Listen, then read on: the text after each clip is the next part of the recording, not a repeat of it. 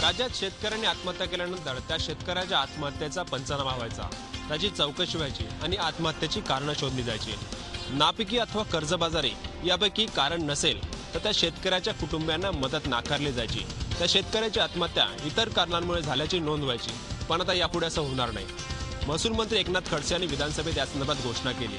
यापुढे शेतकऱ्याने आत्महत्या केली की त्याच्या वारसांना थेट 1 लाख रुपये मदत मिळणार आहे, शेतकऱ्याच्या आत्महत्येची कुठलीही चौकशी अथवा पंचनामा न करता। अर्थसंकल्पीय अधिवेशनाचा पहिला आठवडा सुरळीत पार पडल्यानंतर दुसऱ्या आठवड्याची सुरुवात मात्र आक्रमक झाली। शेतकऱ्यांच्या कर्जमाफीच्या मुद्द्यावर विरोधक आक्रमक होत त्यांनी आज विधानसभेत घोषणाबाजी केली। शेतकऱ्यांना कर्जमाफी देणं शक्य नसल्याचं मुख्यमंत्र्यांनी स्पष्ट केलं। आपण कर्जमाफीच्या विरोधात नाही, परंतु योग्य वेळी कर्जमाफी देऊ अशी भूमिका मुख्यमंत्र्यांनी विधानसभेत मांडली। विरोधक या भूमिकेवर समाधानी झाले नाही, त्यांनी सरकारविरोधात पुन्हा घोषणाबाजी केली। राष्ट्रवादी काँग्रेसचे आमदार जयंत पाटील यांनी तर मुख्यमंत्र्यांनी 18,000 कोटी रुपये शेतकऱ्यांना दिल्याची जी माहिती दिली त्याचा हिशोब मुख्यमंत्र्यांकडे मागितला। यावर मुख्यमंत्री चांगलेच भडकले आणि विरोधकांनी केलेले घोटाळे, 70,000 कोटींचा सिंचन घोटाळा, बँक घोटाळा, हे सगळे घोटाळे बाहेर काढत त्यांनी विरोधकांवर शरसंधान साधण्याचा प्रयत्न केला। या सगळ्या गोंधळात विधानसभेचं कामकाज जवळपास याच मुद्द्यावर 3 वेळा आज तहकूब करावं लागलं। त्यामुळे विरोधक आता कर्जमाफीचा मुद्दा पुन्हा एकदा लावून धरणार आणि सरकारला अडचणीत आणणार हे स्पष्ट आहे। आल्यामुळे यापुढे मृत साठ्यातूनच पाणी उचलण्यात येणार आहे। त्यामुळे औरंगाबाद, जालना, परभणी आणि जवळपास 500 गावांना याचा फटका बसणार आहे। या सर्व भागाला जायकवाडीतूनच पिण्याच्या पाण्याचा पुरवठा होतो। या सर्व परिस्थितीत आता फक्त मान्सून वेळेवर आला तरच या भागातील लोकांना दिलासा मिळू शकेल। स्थानिक प्रशासकीय यंत्रणेकडून कुठल्याच प्रकारची दखल घेतली जात नसल्याने नाशिकच्या अंबड MIDCतील प्रकल्पग्रस्त बचाव संघर्ष समितीने मुंबईचा रस्ता धरलेला आहे।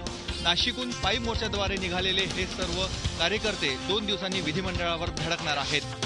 नाशिक शहरातील वाढती गुन्हेगारी, विजेची समस्या, पाण्याची समस्या, त्याचबरोबर भूखंडाचे वाढलेले दर अशा वेगवेगळ्या विषयांवर सरकारचं लक्ष वेधण्यासाठी नाशिकहून हा पायी मोर्चा निघालेला आहे। सर्वीकडे सुरू असलेल्या पाणी संकटावर मात करण्यासाठी ठाणे महानगरपालिकेने एक वेगळी युक्ती लढवलेली आहे।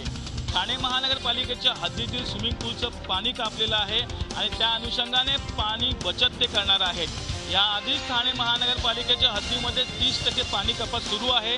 ठाणे शहरामध्ये आठवड्याला 48 तास तर MIDC परिसर म्हणजे कळवा, मुंब्रा, दिवा या भागामध्ये आठवड्याला 60 तास पाणी कपात करण्यात आलेली आहे।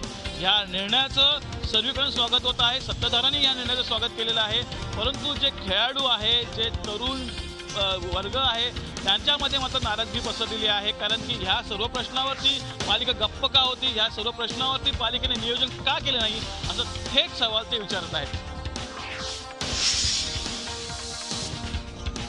G24 तासच्या बातमीचा पुन्हा एकदा परिणाम झाला आहे। औंढा नागनाथ परिक्षेत्रातील वन्यजीवांची पाण्यासाठी होणारी भटकंती ही विशेष बातमी G24 तासनं दाखवल्यानंतर मात्र हिंगोली वन विभाग खडबडून जागा झाले। त्यानंतर गेल्या 2 दिवसांपासून या कोरड्या ढाक पडलेल्या संपूर्ण पाणवठ्यांमध्ये आता टँकरद्वारे सुरळीत पाणी पुरवठा केला जाऊ लागलाय। त्यामुळं काही प्रमाणात का होईना या वन्य प्राण्यांची पाण्यासाठी होणारी भटकंती थांबणार आहे। पण या सगळ्या पाणवठ्यांचा जो निकृष्ट दर्जाचं बांधकाम झालंय, या पिलर्सचं जे निकृष्ट पद्धतीचं बांधकाम झालंय त्याच्याही कुठेतरी वन खात्यानं चौकशा करणं तितकंच गरजेचं आहे। पुण्यातील कात्रजच्या डोंगराला लागलेल्या आगीबाबत आता उलटसुलट चर्चा सुरू झाली आहे। शनिवारी मध्यरात्री ही आग लागली होती। रविवारी पहाटे ही आग आटोक्यात आली।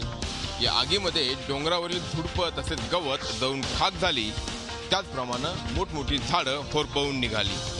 कात्रजपासून शिंदेवाडीपर्यंतच्या डोंगर रांगामध्ये ही आग पसरली होती। या परिसरात आधीच मोठ्या प्रमाणावर उत्खनन सुरू आहे। डोंगर माथ्यावर मोठ्या प्रमाणावर प्लॉट विक्री सुरू आहे। अशा परिस्थितीत झाडं तोडायला परवानगी मिळत नाही म्हणून वनवा पेटवला की काय असा प्रश्न आज विचारला जातोय।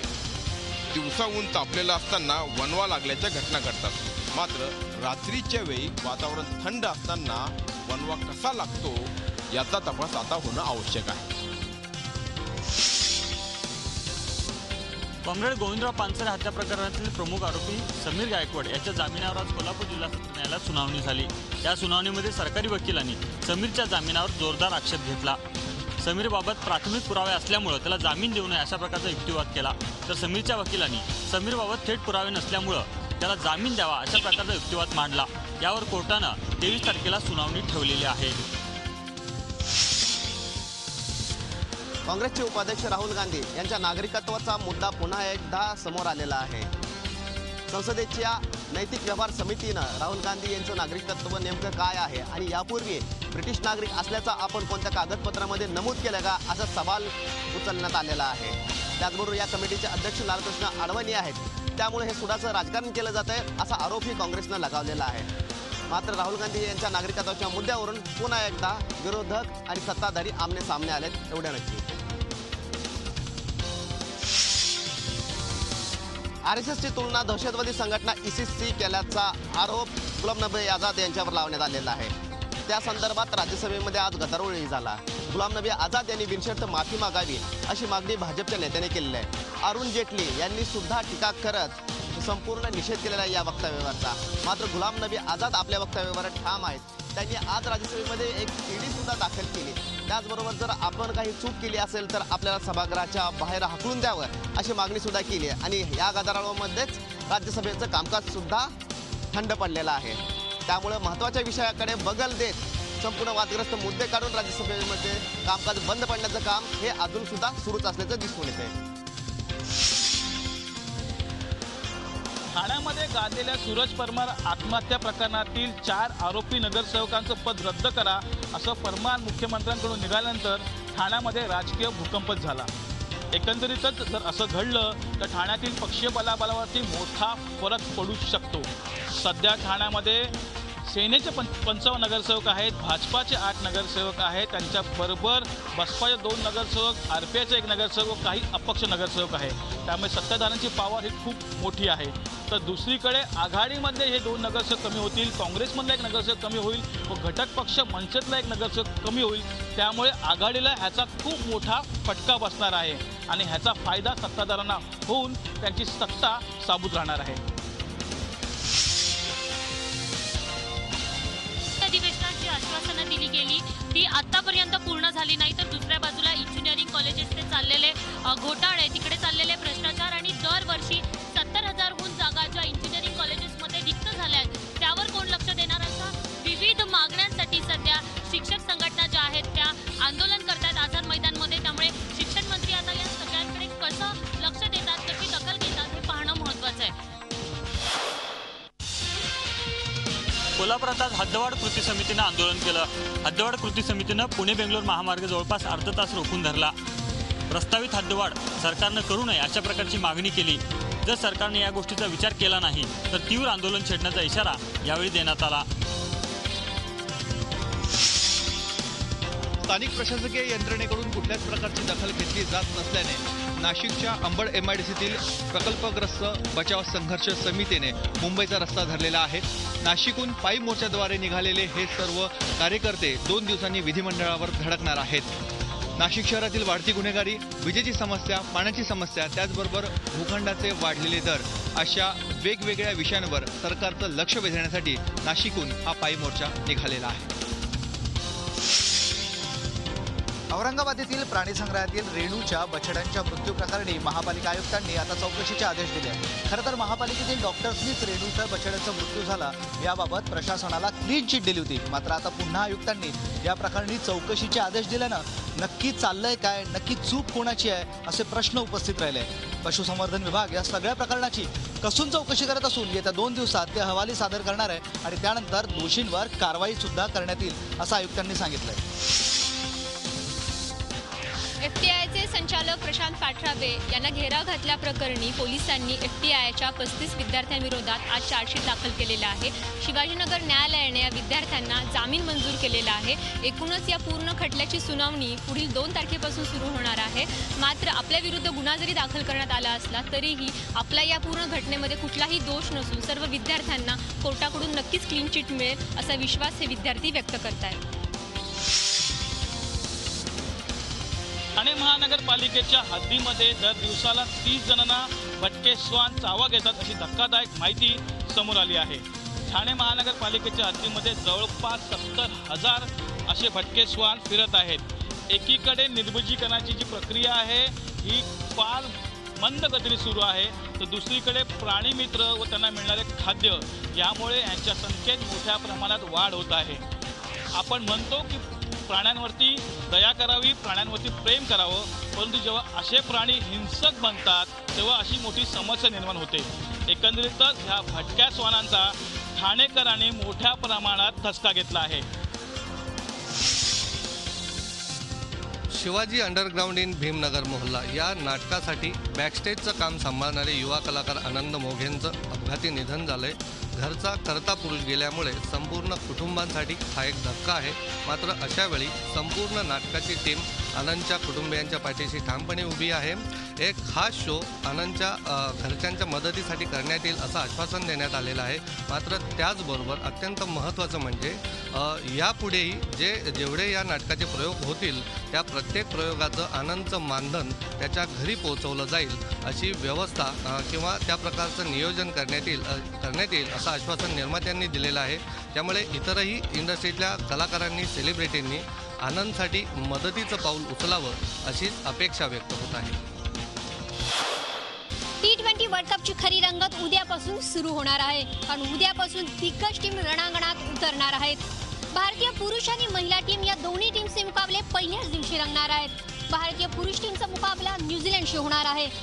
भारत आणि न्यूझीलंड ही मॅच नागपूरमध्ये संध्याकाळी 7:30 वाजता सुरू होईल, तर दुसरीकडे भारतीय महिला टीमचा मुकाबला बांगलादेशशी उद्या 3:30 वाजता बंगळुरूच्या चिन्नास्वामी स्टेडियमवर खेळला जाईल. भारतीय पुरुष टीमसाठी हे आव्हान कडवं असणार आहे, कारण आतापर्यंत न्यूझीलंड बरोबर झालेल्या T20 मॅचेसमध्ये भारतीय क्रिकेट टीमला एकदाही विजय साकारता आलेला नाही.